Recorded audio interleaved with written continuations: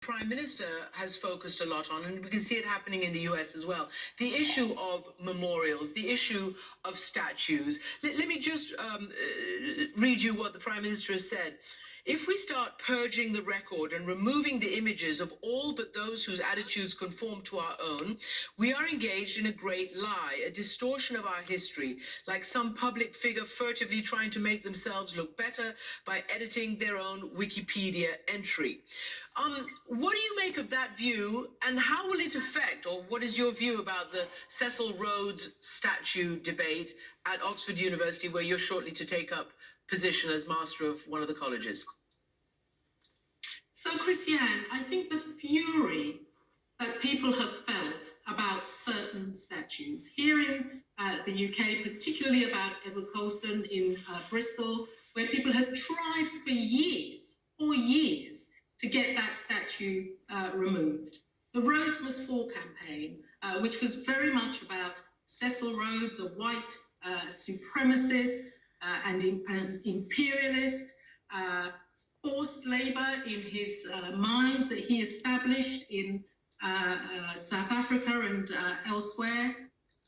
This is very, very different to saying that the complexity of our history, that the people that you have memorials to, who have a checkered legacy, that is very, very different. I would not call for the removal of all statues. We know that there is a historical context. We all know and understand that. But we also know that our history informs our present. It frames our future. There are some statues that should not be up. We should not be revering people who have been called by others monsters. We should not be revering them.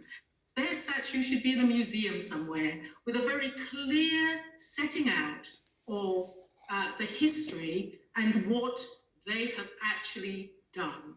It's very different to have those leaders, those people who have said appalling things in their time, but who have also done amazing things in terms of showing leadership. That is very, very different. That is also a complicated and complex history, but that is something that we need to teach in our schools. We need people, when they go to see those statues, they need to understand.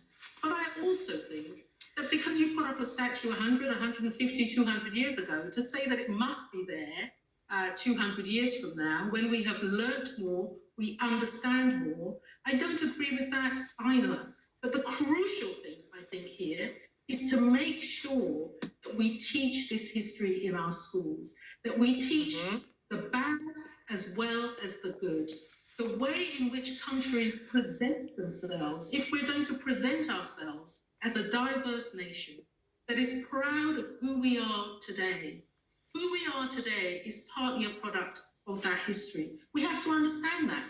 My being in Britain today is partly a function of that slave trade, of the fact that slaves were carried from Africa to the Caribbean, to South America, to the United States. But in understanding that history, we have to understand the brutality of it and what that has meant in terms of how it's framed our relationships with each other as Black people, as white people, as people who've come from Asia, from Africa to the United Kingdom.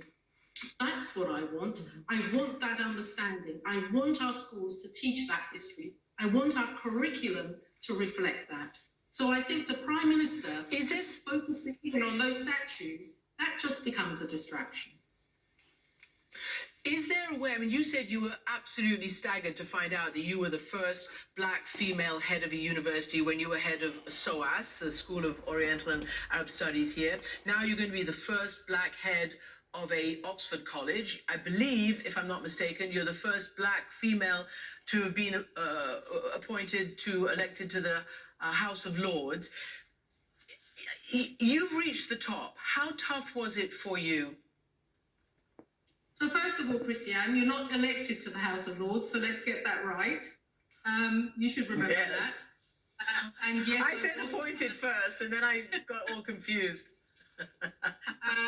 And yes, I was the first black woman in a British cabinet, and then I became leader of the House of Lords. And I'm very proud of that. And people are very proud of me for the fact that that happened, and that happened in Britain, and that showed what we can achieve in Britain. But I don't want that to be a one-off. I don't want that to be something that we keep pointing to in terms of firsts. We're still seeing far too many firsts here in the UK.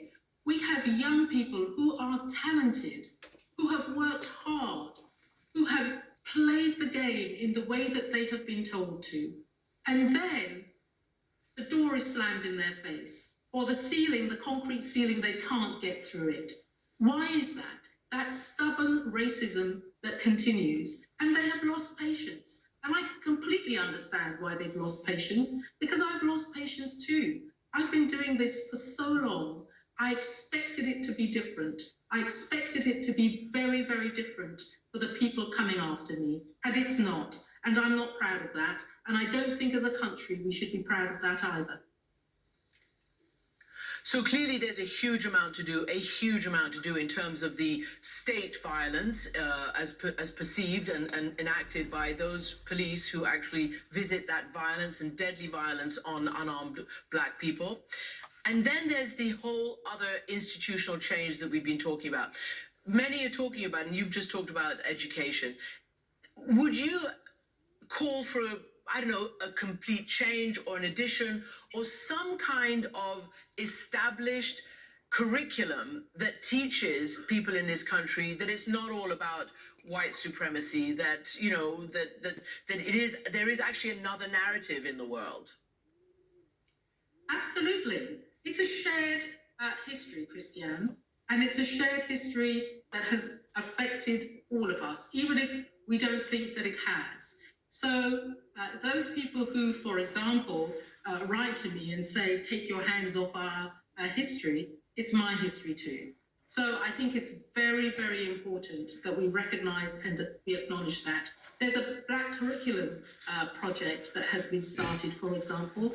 It's garnered thousands of signatures because education and understanding who we are, where we've come from, how we connect up with each other is so, so important. So that's key.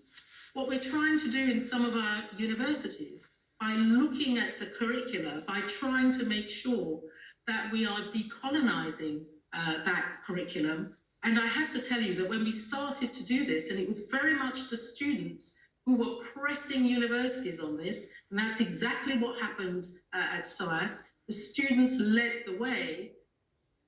When this was reported initially in the media, a lot of fun was made out of this. Now it is taken much more seriously because there's a recognition that this is about an additionality. It's about looking at things differently through a different lens. Universities are about knowledge. They're about creativity. They're about innovation. Let us open them up to that rather than closing them down. That's what I want to see. Well, thank you so much for sharing all of this and your incredible perspective. Baroness Valerie Amos, thank you for joining us this evening. Now, as a backlash against policing takes place, as we see, people are crying out to defund, demilitarize, and de-glorify the police. Since the dawn of the television